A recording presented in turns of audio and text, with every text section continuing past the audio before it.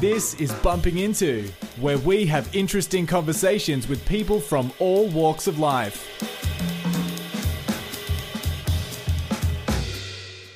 Thanks for joining me. I'm Francis Populin, and this is Bumping Into. Today's guests are two key figures around the rebrand of the much-loved Volley shoe and how that shoe went out of Kmart and onto the world. For those that might not know, the Volley shoe is very similar to a Converse or Vans shoe, but it's our shoe. It's Australia's shoe. It was born in 1939 by a champion tennis player who also worked at the Dunlop factory, and he created it basically because he couldn't find anything else that was suitable. It went on to become an icon of Australian culture. I'd say it is mostly associated with the 70s and 80s Australian suburban culture. But this is the story of how that shoe was recently reborn and rebranded, and it's now a worldwide boutique fashion shoe. We talk business, we talk inside meetings with Amazon, we talk the Beyonce of China, and even do-it-yourself counterfeit raids through Chinese factories. My guests on the show are John Swede, who was the GM, and Martin Matthews, who was the then CEO when this was all taking place. This is their story, and this is a huge part of the story of the Volley shoe. A quick word of warning, there is some conversational course-based language in this episode, just in case you've got some of the younger ones in the car listening along. G'day, mate. How you going? Francis, how are you? Yeah, good. You're in lockdown. Yeah, mate, we've never been out. And it doesn't look like anytime soon. I don't think we're ever going to be out. Yeah, are you in New South or are you in New Zealand or where are you? No, Queensland, Gold Coast. Oh, mate. Yeah, that's where 400,000 Victorians moved to in the last 2 years. They all did. Yep, and they've brought your property prices up here with them. Yeah, they did, man. Like, I can't believe it. I looked at a place in Burleigh Heads maybe 2 years ago, an apartment, you know. Yep. And then I went back and stayed in the same complex the last time we were allowed out for a few days, and the price of that apartments in that building had gone up like 38% or something. Yeah. It was crazy. Yeah, I know. Where does it end? Where does it become reasonable? I know, that's what everyone was saying, right? That this bubble was going to pop, but like despite the state of the rest of the economy, you know, property and car prices just continue to soar. Yeah, definitely. Like, if you're locked down, what the fuck do you need a car for? You know, like, yeah, definitely. I've got Martin wanting to come in. I'll let him in. Oh, cool. Yeah, let the bastard in. Yep. So whereabouts are you? Are you Melbourne or Sydney? Yeah. We're both in Melbourne at the moment. I mean, both in Melbourne. Martin's working in Sydney for a company there, but he tried to escape lockdown, but only made it worse. Oh, yeah. Jeez. Yeah, exactly. Hey, mate. Hey, guys. How are you? G'day, mate. Good. How are you? Yeah, good. Oh, so the two of you are locked up, so I'm the only one that's somewhat free and able to roam around. Yeah. You're a smart and lucky man. Queensland is absolutely the place to be. Yeah, that's what we were just saying, yeah. But we missed out on the grand final this year again. Well, we had it last year, obviously, so this year would have been nice to get it again, but Perth got it, so...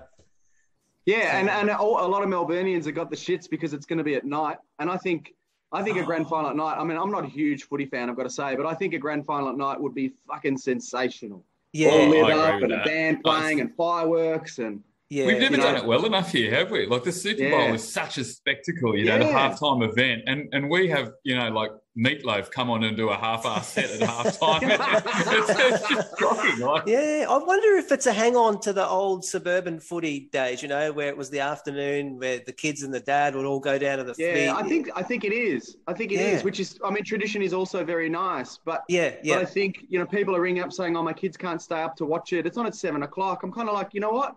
Make it that one special day for your kids in the year where they can stay up late. Yeah, you know? And you just have a slumber party with their mates, or they can't do that now. But you know, whatever, you know. No, I agree. Cuddle the dog and watch the TV. It's the biggest spectacle I suppose we have in the country, and they should treat it like that. Yeah. But we'll now, see. Francis, I've got all day. Martin, unfortunately, has only got about an hour. But that's all right. But this Volley story is fucking quite something, I've got to say. We could talk for days. Really? So we should try and fit it into 45 minutes. Well, look, I'm all ears.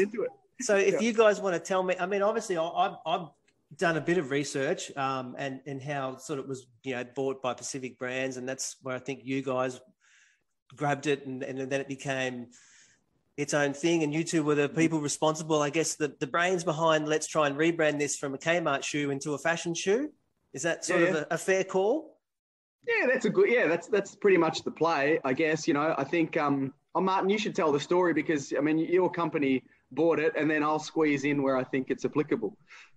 Oh, yeah. Look, there were a few. I mean, I wasn't there when Pacific Brands bought it, but Pacific Brands had owned it for some time. And you're absolutely right. I mean, what Pacific Brands were good at, and obviously Bonds, it was Pacific Brands' biggest consumer business. So it was a business that was just used to selling mass volume to the discount department store market. And so they sort of followed the same strategy with all of the businesses they acquired, and Volley was that. So, when I first came across Volley, it was the go-to shoe for all the discount department stores, and it was used.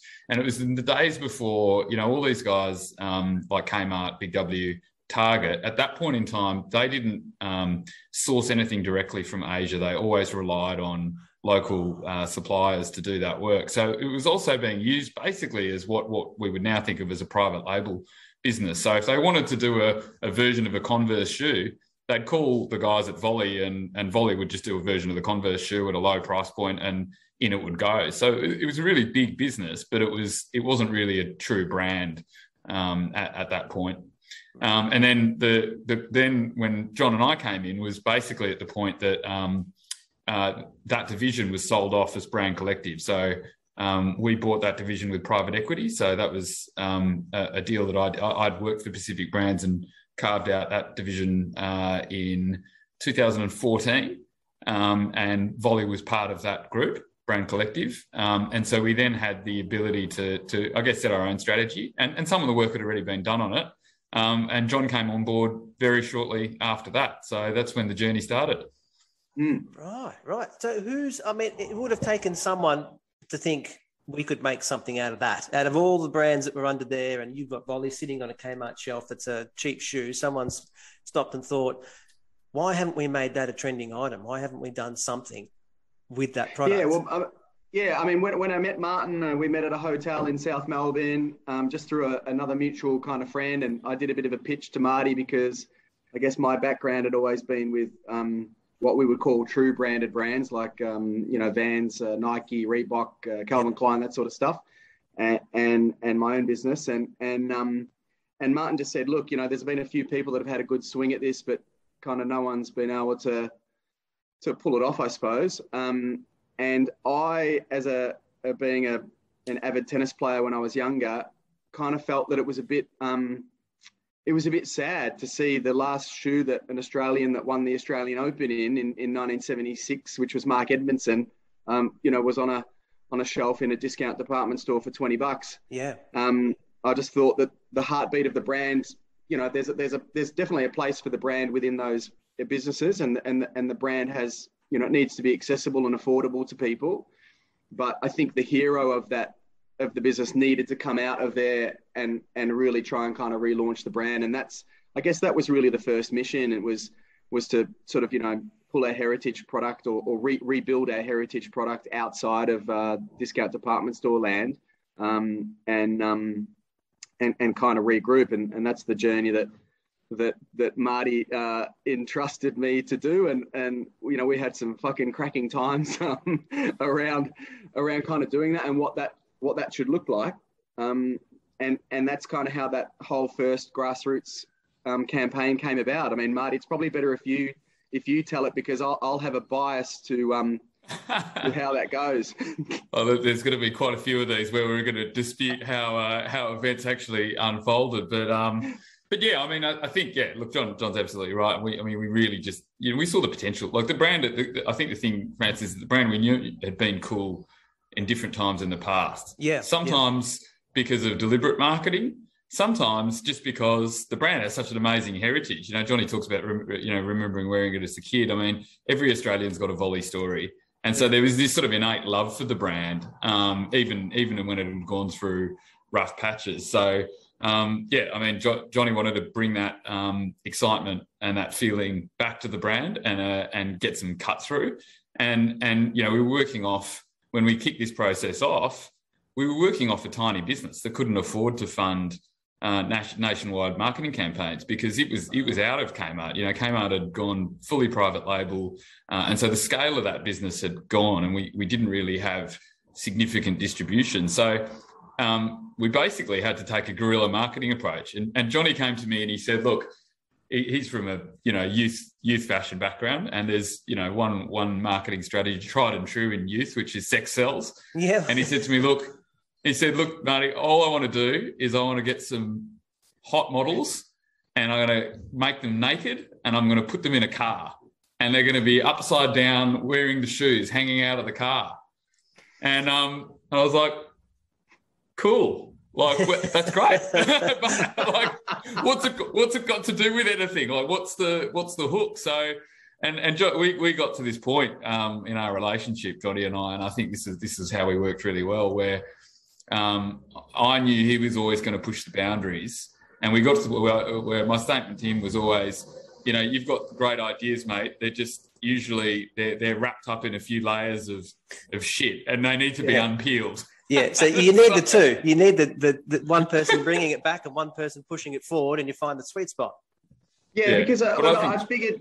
Yeah, I mean, culture was kind of going down a strange path from my point of view. Social media, bullying, all this kind of stuff that really didn't exist in the 80s and 90s, and maybe even in the maybe even in the noughties to an extent. Yeah. And I just said to Marty, I want to do a teenage orgy in a fucking car in a backbeat Venice Beach car park type of thing. And he said, well, what? Like, that's what he said. What the fuck has that got to do with shoes? And I said, it doesn't have anything to do with shoes, but it's kind of got to do with culture and experimentation and how it's important that kids all find themselves, whether it's same sex, interracial, whatever.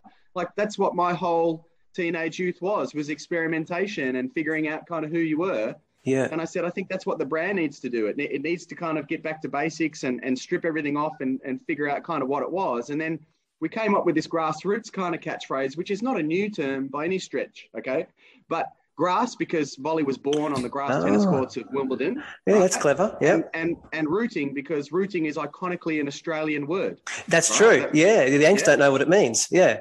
So we put them together, and then Martin goes, well, if you do this, mate, you're going to cop a lot of shit from people because you're going to say that you're promoting fucking unsafe sex and teenage sex and all this sort of stuff. And I'm like, cool. And that's how we work well together. We were very, even though our business vision was always pretty much aligned, we were kind of still a bit yin and yang in the way that we thought about things, but it always came together nice, So I said to him, fuck, let's just partner with Ansell because STIs or STDs when I was a kid, sexually transmitted disease, was always in some shape or form, whether it's chlamydia or fucking something, was always on the up. So I got some statistics to say that chlamydia in teenage girls was going through a double-digit growth space, So we contacted Ansell and we said we want to do a condom that comes with, that's part of this sort of like grassroots campaign. And on the condom we wrote "Get Behind Us" because there was a little bit of a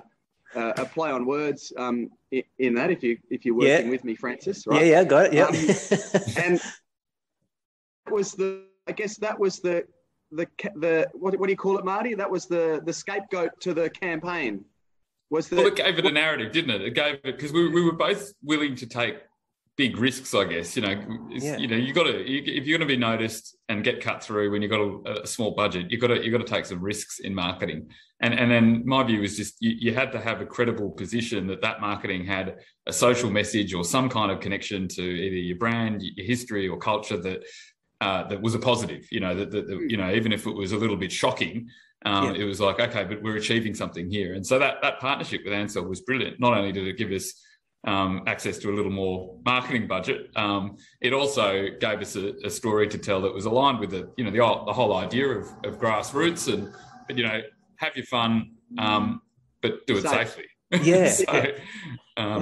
And of course, another iconic Australian brand. And that became a big part of what we did through the whole story was that, I guess we tapped into the idea that there are a lot of these iconic Australian brands out there, whether we'll come to Vegemite and VB, and we haven't, Volley never did anything with Hills Hoist, but could have been another one. Yeah. There's a lot of these iconic Australian brands that are loved. There's an enormous sort of heritage to all of them. And they're all in varying, states of, some of them are flying, some of them are not. But the one thing that they have in common is that there is something sort of, really tied deep in the Australian psyche to some of these brands because people grew up with them. Yeah, for sure. And it's really hard, Francis, to create a brand. If it's going to be a youth brand, it's very hard to create a youth brand if you don't have any youth interested in the product whatsoever. I mean, when I took over the brand, our core customer was over 54 years of age, right? So, and look, there's nothing wrong with that. We'll all be over 54 years of age at some point in time. But, the whole methodology to target that young audience, and it took us probably maybe 2.5 years until our core customer shifted to 25 years of age. And then our secondary customer now is 18 to 24. And we didn't lose any of that older customer, really. I mean, did they get offended by the campaign? Yes. Did I get hate mail from the campaign? Yes. Wow. Okay. Every city council took all these posters off the walls. We went to court over this thing. This is actually, in a sense, a bit of our lucky break came from this, didn't it, John? Yeah. Because it was when the Australian Christian lobby attacked the campaign. And so the other component of the campaign in the second phase, so the first phase was the Ansell piece with the, we had the tennis rackets and the condom wrapped over it, the Get Behind Us Street posters. And then we had same-sex couples in the campaign. We were one of the first brands to use actual same-sex models. And, it was quite provocative campaign, and the Australian Christian lobby, of course, hated it, and they came out in the media and said, this is damaging Australians' morals. Yeah, they said, Wendy Francis tweeted, if your kids wear volleys, they're gonna burn in hell. Yeah. So kids are going, I'm going to get volleys because I'm going to get rooted tonight. That was the retort, and it really gathered momentum, and through that whole LBGT. Community really got on board with it too. But it was built for everybody. I mean, that campaign was built for any young person that was going through, establishing their identity or what their choice was going to be in life. That's what it was about. It wasn't really anything targeted or specific. It was just about having fun and being yourself, and being young. I mean, you're only young once. Definitely. And it goes quick. Yeah. And it's funny because at that point in time, I reckon we tapped into what the brand essence was, but we hadn't articulated it. And I think that's, one of the most important things in branding is, that there's this sort of often quite hard to articulate indefinable thing about the brand that you want to be communicating. And this was already happening, but it was only about this time that we actually worked out what words to put to it. And that was like Johnny called me. I distinctly remember I was driving out to a winery with my wife, and I get a phone call from John on a Saturday morning at 10 a.m. I was working while Martin was getting drunk. You were in the shower, mate. I was actually sitting on the. I was sitting on the floor in the shower. Yep. And he goes, I'm in and I've got it. He goes, I've got it, and it's play on, and that's it. That's the brand platform. That's the idea that encapsulates everything we're talking about. Is this idea of play on? And again, it's an Australian term. It's very much a footy term, play on. But also it's a social term. It's like whatever you're doing, play on. Be yourself, enjoy yourself. Don't sweat the small stuff. Just keep going. Just keep going, absolutely. And so that really did become. We used it a little bit in marketing. We used it a little bit on the shoes, but it was actually more the idea that drove, subliminal the message. Rest of the thinking around the brand. And tell me if I'm wrong. Surely there would have been someone going into bat and argue what you guys wanted to do. There would have been someone higher in the big corporate monster saying, "Oh, I don't know if this is right. I don't know if we should be doing this."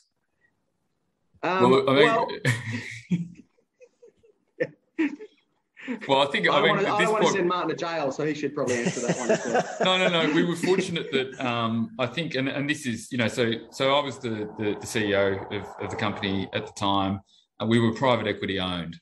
And I think this is the important thing about if you want a creative and risk-driven organisation, a risk-on type of organisation, first of all, you obviously need the leadership that can handle the risk. And between John and I think we if anything, we probably can handle too much risk.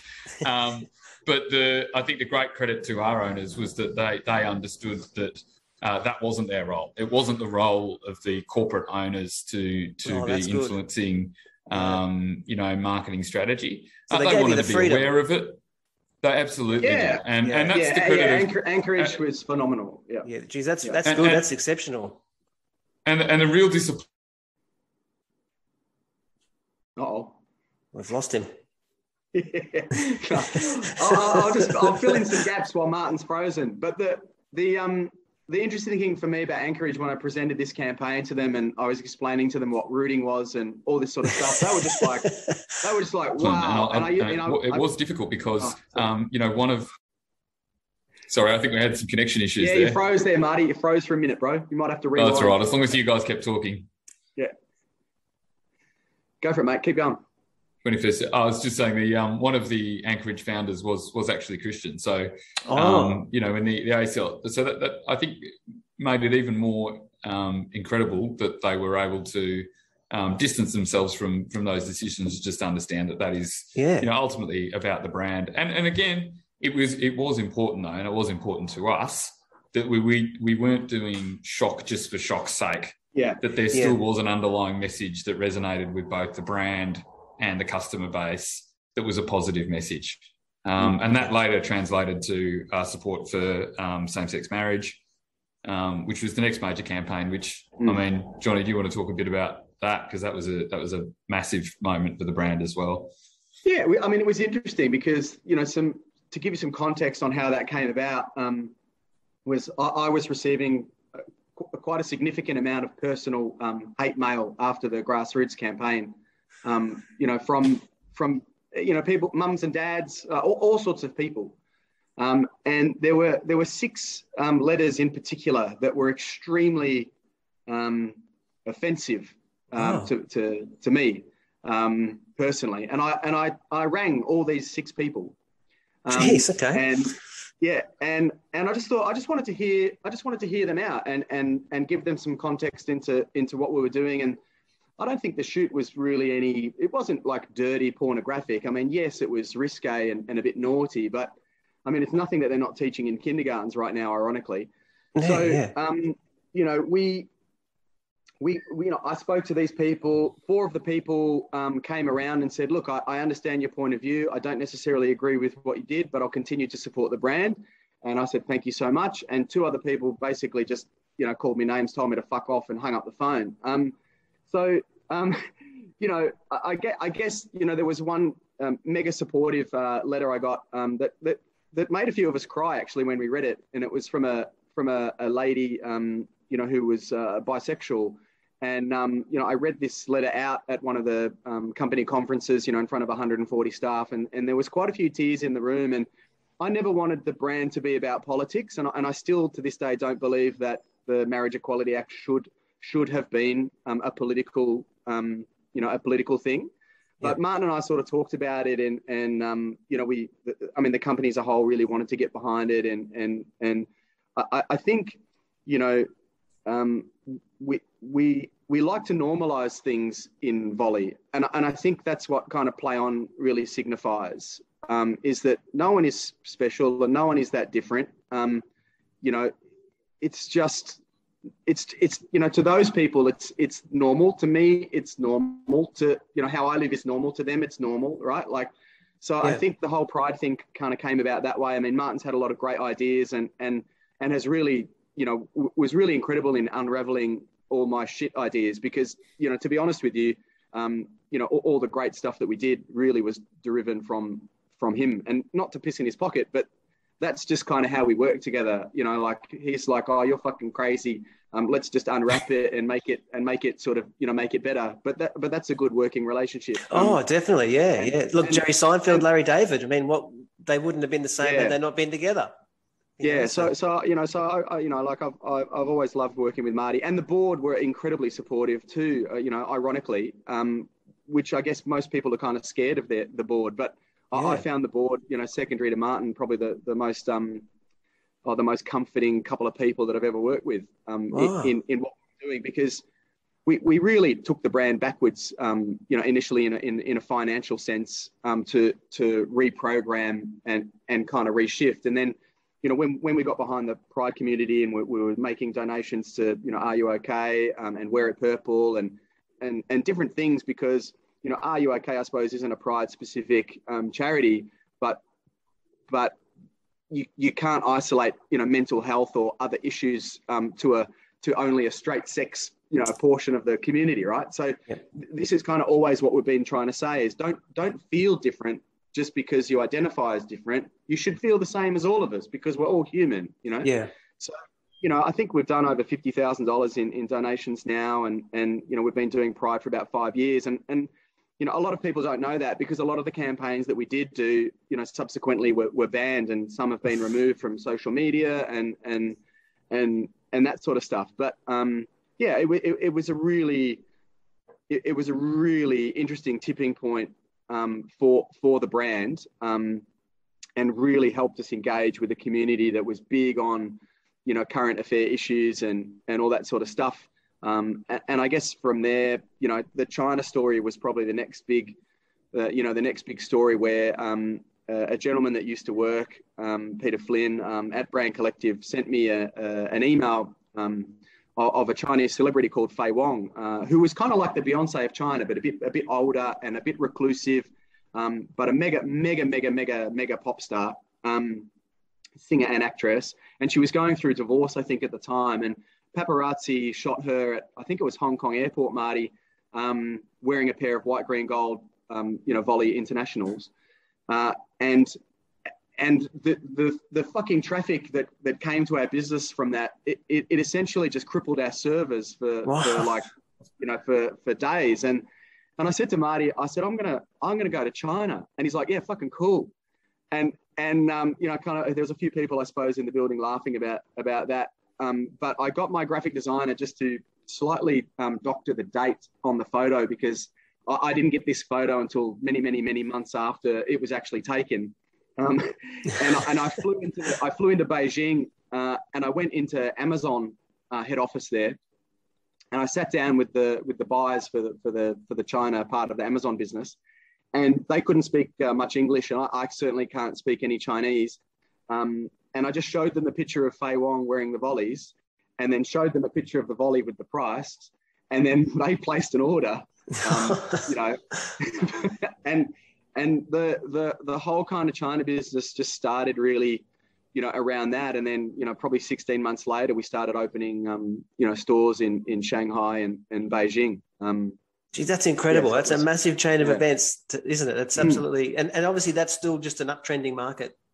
I think it's just, I think a lot of people are too scared, and a lot of people here are scared of international for some reason. And I've always done a lot of business internationally. And from my point of view, there's no different for me doing business here with, David Jones, or doing business with Nordstrom. It's still a store. It's still a people. It still comes down to price and margin. And all you're doing is delivering it into a different continent. True. And if anything, it's actually, potentially a better business. Easier.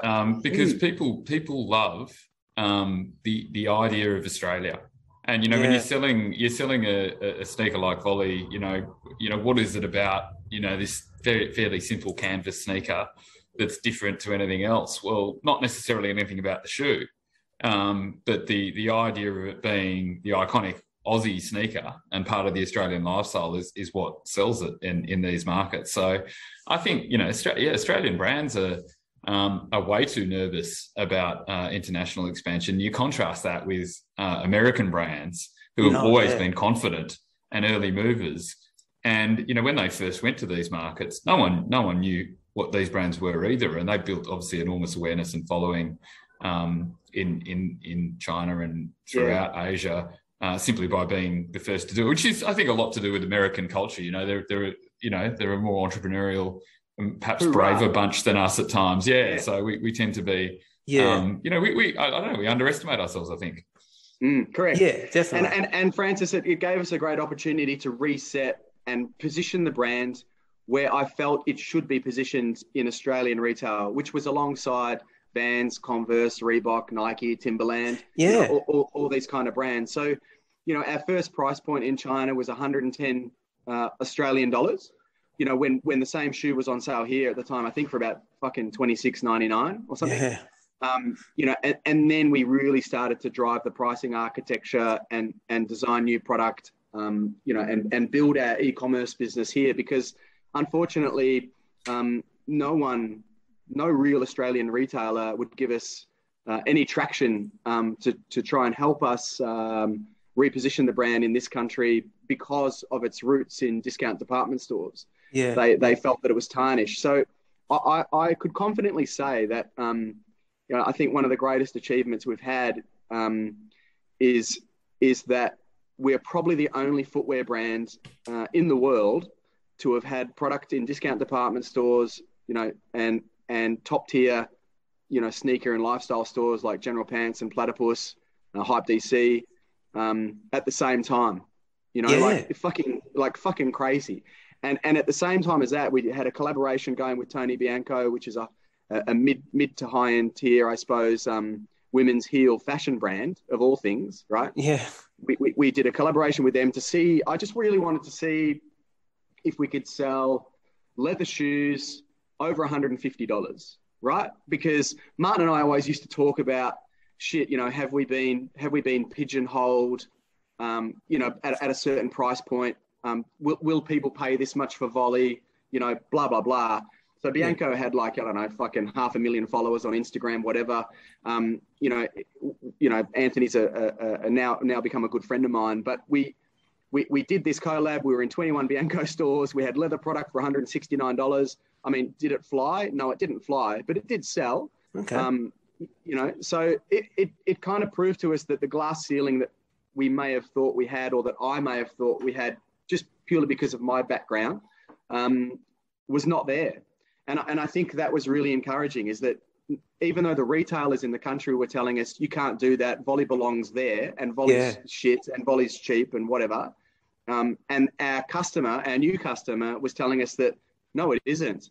If you show us, you know, the right product and the right fabrication, we will support the brand. You know, and I guess that's kind of what we did. Hey, Marty. Yeah, absolutely. Yeah. And I think, I mean, the average price point, I mean, we took the basic volley up to, you know, $49.95, and I think by the time we got to this point, the best-selling items on our website were at the $100 mark. So coming from a $19.99 Kmart catalog special to you know, best-selling items hitting the $100 mark. I mean, that you don't often see in a brand transformation. It's sort of a, you know, that's a 500% increase in RRP. So it's an extraordinary, and the work's not finished. You know, the work's not done yet in terms of distribution and pricing, but the grounding is there now. So yeah, I mean, it's been wild, Francis. You know, we've gone through a lot of people through the teams, and I always love hiring the underdog. I mean, I've had two of my best employees ever, I think, in my whole working life. Were both college graduates that hadn't had a job previously in the industry at all. They came from Billy Blue College of Design. One of them now is working for Senso in the UK, and another one's working for New Era. You know, and they've gone on to other things, which is super good. And I think as a boss, I mean, the best thing you can do with your staff is either encourage them to leave if that's what they want to do, and find their passion, or stay with you and ride the journey. And you know, everyone has peaks and troughs. But when we first went into China, I mean, you know, Samantha, this girl that worked with me, she did 41 days straight in China as a 20-year-old.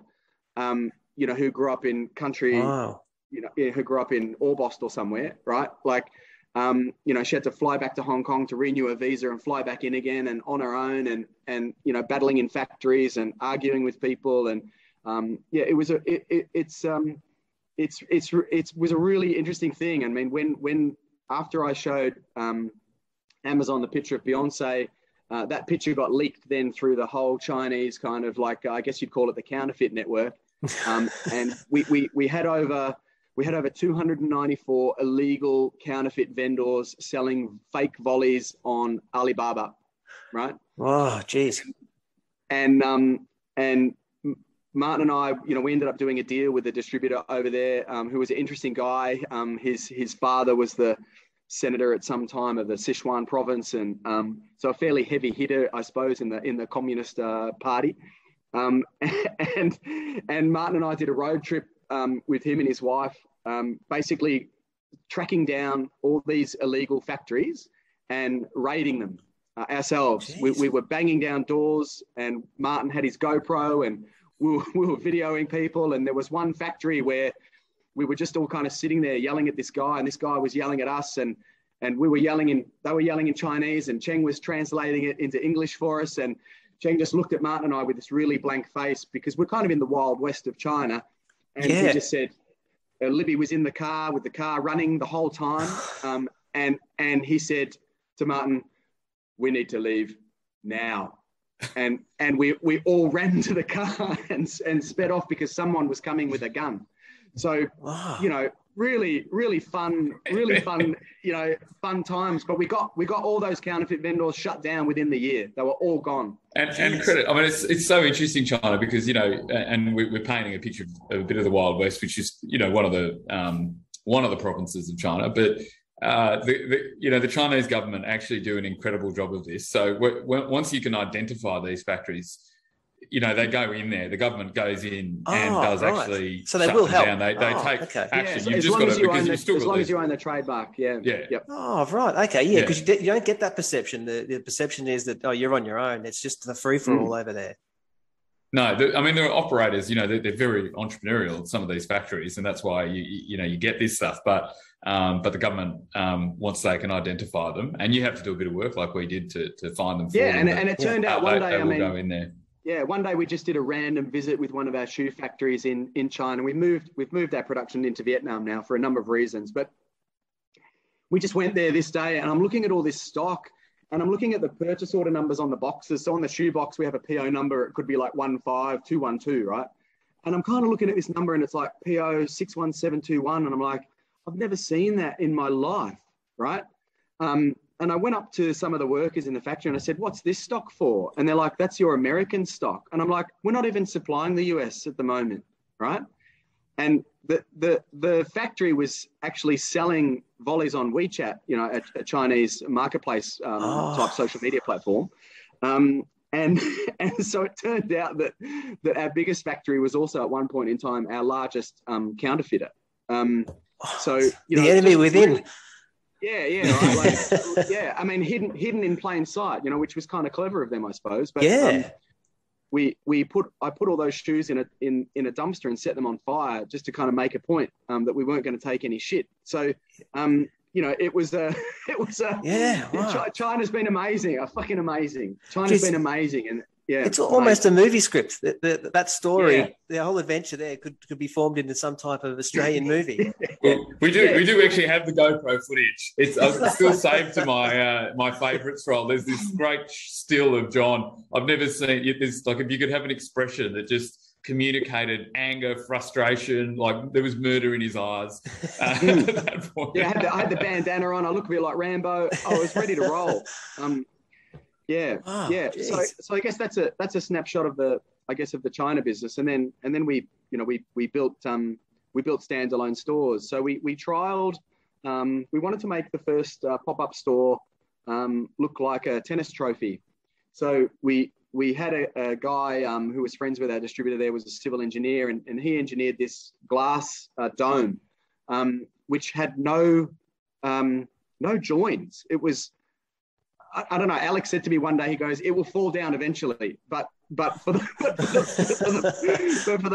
pop up, it'll be okay." And it was only 14 square meters. I mean, it was a pretty small space, but it was glass, you know, in the ceiling as well. So no matter where you were in this shopping mall, and this shopping mall would get 39 million visitors a year, right? Like super busy mall.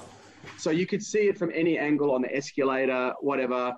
And my designer Samantha was there with me, the young girl, and it was so amazing. There's all these people with texters, yeah, and they've lined up out the front of the store, and they've all got shoe boxes in their hand. And she came up to me and she said, John, the people here, they want me to sign my name on the boxes. What should I do? And I said, sign your fucking name on the boxes. And you know, I guess this brand has not only given me you know, pleasure and pain, but just some super proud moments. You know, where you know the young designer straight out of college is signing autographs out the front of a volley store in Beijing. You know, where people are paying $110 for a pair of shoes. It's really incredible, man. Like really incredible. And then I guess from there, you know, we got a lot of press on China. Marty did a really great job of kind of spruiking that through, you know, Financial Review and all these kind of publications, and then, you know, we really just kind of set a path on how can we work with some other brands that not necessarily are fashion, but have a large audience in the audience that we're trying to hit. So we started doing some, I guess, April Fool's strategy, I'd probably call it, Marty. And Marty came into work one day and he said to me, oh, you know, I think Martin was a consultant in time. You know, we should do a collaboration with CUV, you know, VB. So we had our designer, Simon at the time, he mocked up just a kind of a Photoshop version of a VB shoe with a logo on it. And our marketing guy punched it out on social media on April Fool's Day. And it went fucking crazy. Wow. Like there were 500,000 people had seen it by 11 a.m. And then I got a call from CUB asking me to take it down because it was a trademark infringement. You know, we didn't have permission to do it. And I said to them, yeah, cool. Like we'll take it down. But do you want to know some of the stats? Because the reach this thing has had and the comments that it had was like crazy, right?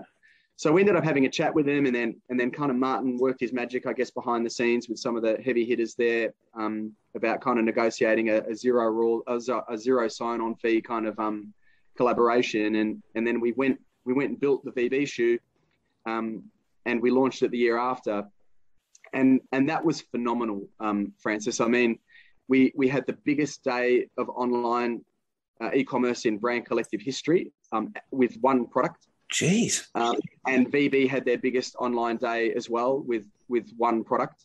You know, I think we outsold Superdry that day with one VB shoe, and Superdry have, 2,000 SKUs. So wow, jeez, yeah, that's incredible. Do you want to talk a bit about that, Marty? Because that was kind of your baby as well. oh, look, a little bit, but I mean, you know, I think it just, again, the power of brand collaborations. You know, it's just, you know, if you've got a clear idea, and look, for us, it was particularly important because of the lack of distribution we had. You know, our online channel was our main distribution. So how do you get in front of eyeballs? You know, you've got to partner with the people that already have the eyeballs with a cut-through idea. And it just, look, it was, you know, I mean, it's so true to the brand heritage anyway, the idea, you know, it's a humble Australian brand for everyone. So is VB, you know, iconic for everybody. And, you know, off the back of that, then, you know, John and the team chased the other collaboration opportunities that fall into the same category. I mean, Cooper's approached us, and the Cooper's shoe came about, and then Vegemite. And so, you know, the idea of just partnering with all of these iconic Australian brands was, you know, became just such a powerful part of what the business is about as well. So yeah, and something no one had done with footwear. I mean, a lot of people have done this with apparel, or, you know, like cricket bats, or I don't know, whatever, right? You know, tents or fucking kayaks. But we were kind of like, you know, we kind of weren't, I guess, I don't know if I want to use the word, but I don't mean this literally, but we weren't kind of cool enough for the other people to want to play with us. Yeah. Right? You know, it's not like Off-White and Supreme were going to come knocking on the door and say, you know, can we do a collab with Volley, right? And we thought, well, we'll go the other way. Like, you is what you is, right? Like, if you're a zebra and you paint yourself orange, you're still a zebra, and I think volley to me it's always has to be volley. We're not trying to make it into something that it isn't. It's always going to be affordable and accessible.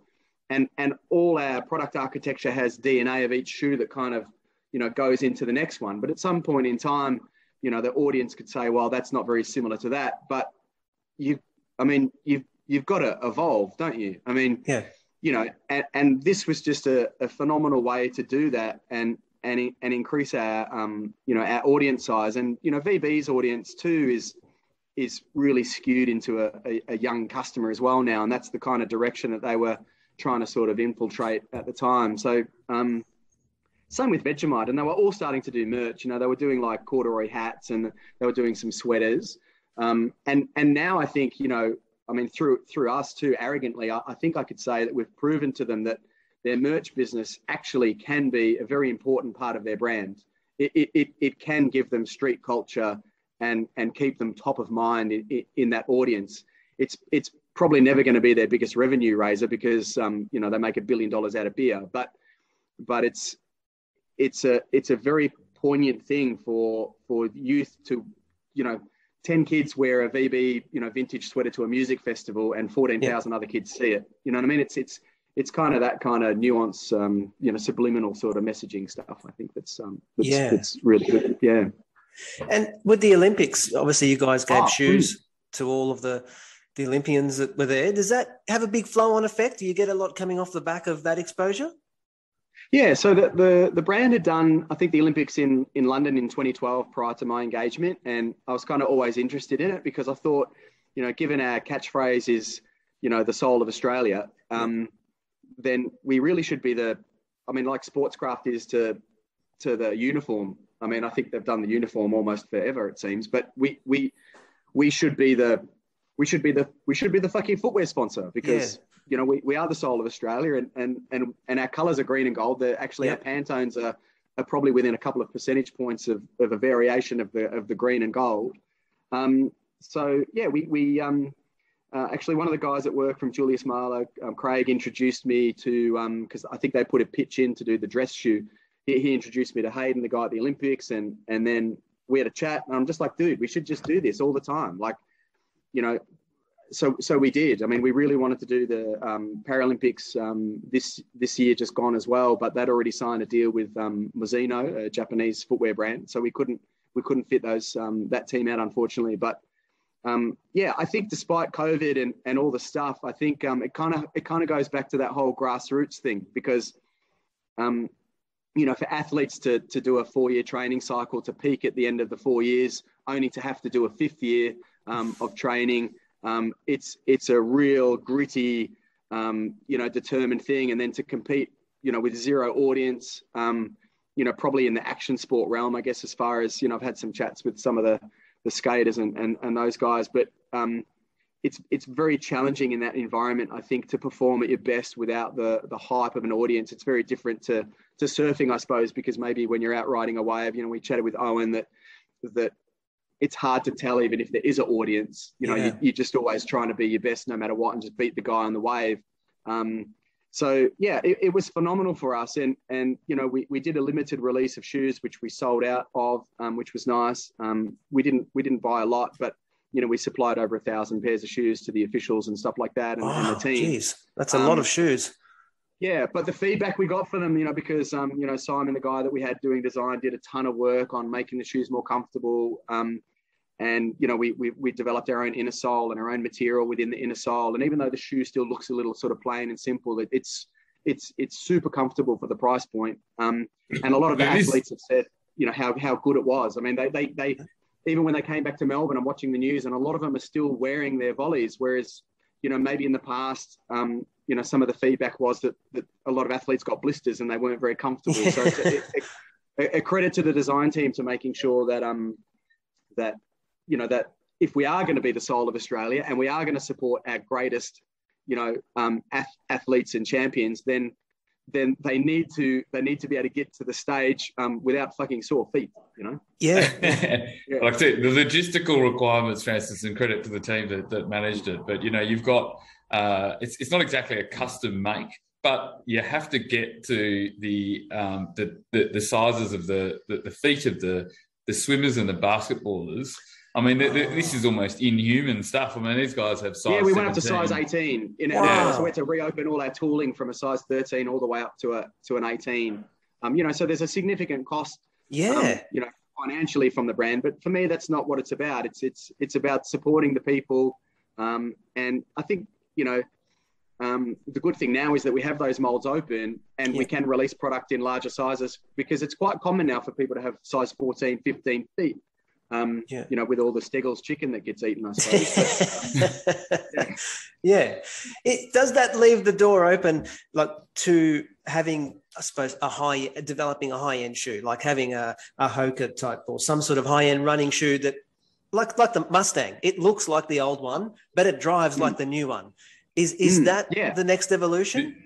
This is such a good question, and I actually love to know, because you know, I've been out of the business now for almost a year, so I'd love to know where Johnny's head's got to. But I'll kick off by just saying this was the topic of conversation for us for the best part of 3 years, I reckon. What is, and the question we asked ourselves is, you know, what is Volley 2.0?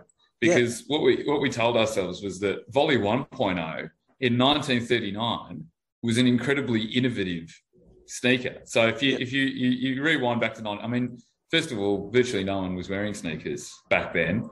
And then really the only other major construction was the vulcanized construction, which, just for the non-footwear people out there, a Converse is a vulcanized shoe. So effectively the sole is glued. So the foxing of the outsole, which holds the upper onto the sole, is effectively glued onto the shoe at high temperatures. So it's a multi-piece outsole, and that's why it's a little less flexible than the Volley, which is an injected rubber outsole. Okay. So that one piece injection of the Volley outsole, which makes it so grippy, so flexible, so soft, and the shoe that, you know, roof tilers love and sailors love and all that sort of stuff. It was actually, you know, incredibly unique at the time. And so then if you kind of go, well, okay, well, what would you need to do to be unique and innovative now, you know, with 3D printing technology and, you know, fire-line outsoles and all the technology that exists today, but then also still be a shoe that can be mass-produced and accessible to the population, which Volley always was. You know, that's a difficult question to answer, but that's the opportunity for Volley. So I don't know where you've got to, John. Have you got the answer yet? Yeah, well, I think, you know, Simon paved the way with our Overgrip, and you know, for the two shoes he designed, we both won good design awards for last year, you know, which was really exciting for us. And you know, that Overgrip is a kind of paraboot sort of style shoe which has got the DNA of our sole unit and upper treatment on it. And the leather one, you know, sells for $139.99, and it's our best-selling shoe through winter. So I guess to talk about the pricing, then bang, you know, like that's a win. But were we all shitting ourselves on the day that launched, you know, thinking, are people going to buy it? Because we don't have any wholesale pickup in this country on that product. So we have to buy stock, put it online, and hope for the best. Cross our fingers that we've got the marketing right and all that sort of stuff. And, you know, kaboom, tick, you know, it's worked really well. So the 2.0 we're working on, I don't know how much I should or shouldn't give away, I suppose, but I've never been good at keeping a secret. So we are doing a very sleek shoe, which won't be too radically priced. I think it's probably going to fall somewhere between $120 and $140. It's like recycled sugarcane, you know, outsole, recycled PET plastic upper. Some other little bits and bobs that we're kind of doing with it, because it's just cool to play with some different materials and different fabrications, and give us a little bit of a point of difference to some of our customers. And I think for price, our product is always better than a lot of our more expensive opponents purely because of our brand positioning in the sphere of things. So I guess, you'll pay $189 for a Napa leather Vans Skate High, and you'll pay, $119 for a Napa leather Volley high top, right? So there's a huge difference in cost, but I think we win on comfort actually all day. And I'm an ex-Vans employee, so I can kind of say that. Okay. But so yeah, I think there's good things to come. We've got a backpack coming out. We're doing some stuff with hemp. We'll slowly start to expand, those kind of offerings. I mean, we've just started selling the brand in France now. We have a distributor there. Wow. We had a cracking deal lined up for 2020 in the USA, but that kind of fell over after COVID. So we'll reignite the American flame, hopefully early next year. So it's good stuff some good collabs too in the pipeline as well. So, geez, yeah, well, that's exciting. Obviously it's not sitting still, sitting static. There's a lot still coming. And the Australian Open, of course. We did our first pop-up in Australia at the Australian Open in 2020. And we did all the shoes for their officials as well. And we did a really nice AO collab. We had Martina Navratilova come and buy a pair of shoes off us. That's cool. So it was pretty cool because they all know the brand from when they used to play Wimbledon back in the day. Yeah. Because Yvonne Goolagong, used to wear volleys. Margaret Court, obviously. Rod Laver, until he wore Adidas. So a whole bunch of the elitist of elite players, all championed the brand at some point in time through the 50s, 60s, 70s. And no Aussie has still won the Oz Open since Mark Edmondson in a pair of volleys. So, So it could be the next V2 Maybe you're onto it, Francis. Yeah. So. Oh, look, I definitely think so. I mean, with the stuff you can do, and definitely. Because one of the shoes you had years ago was the OC, which is much more like a neater boat type shoe. That's not around anymore, is it? That one got dropped? No, there was an attempt. Maybe Martin knows more about this because it's before my time, but they did do a relaunch with it, Marty, didn't they? Yeah, I think there were a few shoes that were relaunched from the archives in the sort of late Pacific Brands days, and they with mixed success. And I think at the time, the brand was still there was still the work to do on the brand before that product could be exactly. And I think that was the challenge. The brand was still kind of the Kmart brand at that point in time. So to step straight into, here's the new product, you had to do some marketing along the way to get it back into the, consideration set, really. Yeah. And also I think some of those shoes, the funny thing about, and, you'll see all the brands at the moment, heritage is a big trend right now, and people are pulling these shoes out of the archives, whether it be New Balance or Nike. Yeah, yep. But if you actually look at the shoes that they're producing, they're not actually from the archive. So they're not literal. So they'll take the inspiration of the design, but they'll actually modernize it for the current time. They'll use modern technologies to build it so it's still comfortable. So I think, that particular shoe was a very literal interpretation of the old shoe. So I think, you've got to use a bit of creative license with these, pull it out from the archive stories. Yeah. Oh, look, I think there's opportunities are still massive. I mean, and it's a great story so far. It's an outstanding story. But the big thing is I think the brand is really lucky to have the two of you do what you did, and Australian culture as well. I don't think it's limited to just the brand. I think it could have been easily forgotten and left on the shelves and disappeared from the shelves, but Australian culture and a part of our history had you two fellas pushing that cause. And I just think it's so lucky that happened at the right time. You did a lot for it. No, thanks, Francis. It was definitely fun. I mean, Martin and I have nearly punched on every now and again. Creative conflict is good. Yeah, but that's the thing. I mean, if everybody thinks the same, nothing ever freaking changes. There's no evolution. If everyone just agrees, then life's pretty boring. And I think that can be said for a lot of society, not just branding and product, but just people in general. Just let people be what they is, and if you don't like them, then just stay out the way. And if It doesn't matter, you know? Yeah, definitely. There's enough space for everyone. It doesn't have to homogenize. We all have to be the same. It's it's the most boring place if that's what's going to happen. Yeah. Spot on. And I mean, we don't want to get too political again, but I mean, that is that there is this sort of, norming now. It's almost like there's a certain thing you are allowed to say. And if you don't say that thing, you kind of get cancelled. And that's dangerous. You need to have diversity of thought. You need to have conflict. I mean, John and I talk about, not wanting to offend people. We offended each other all the time with every day abuse of each other's ideas. But that's what gets you to, Exactly. How can you tell someone to be strong if they're going to be offended? You can't. You can't take offense to things. If you're going to be strong, you be strong and you move on. But we're in this delicate world at the moment. Yeah, we need to teach people resilience, not to. You can't remove offense from the world. What you need to teach is resilience. Yeah, yeah. And most of the criticism or whatever comes from people you don't even like. So why even put a weight on it? Look, I think, Francis, the irony of it is people will go pay $75 to listen to a comedian say it, but if anyone else says it, it's rude and offensive. So, exactly right. Yeah. We're going into a whole new territory, which is a whole new podcast, I reckon. It is. On that note, I'm actually gonna have to sign off, guys, because I've got to jump on another call. The vagaries of the day-to-day world call. Thank you. Thanks, I really appreciate your time. Thank you very much for your time. It's been great. I'm stoked that I got to hear the story, and I'm stoked that it's going to be recorded for anyone else that wants to hear it. Thanks, Francis.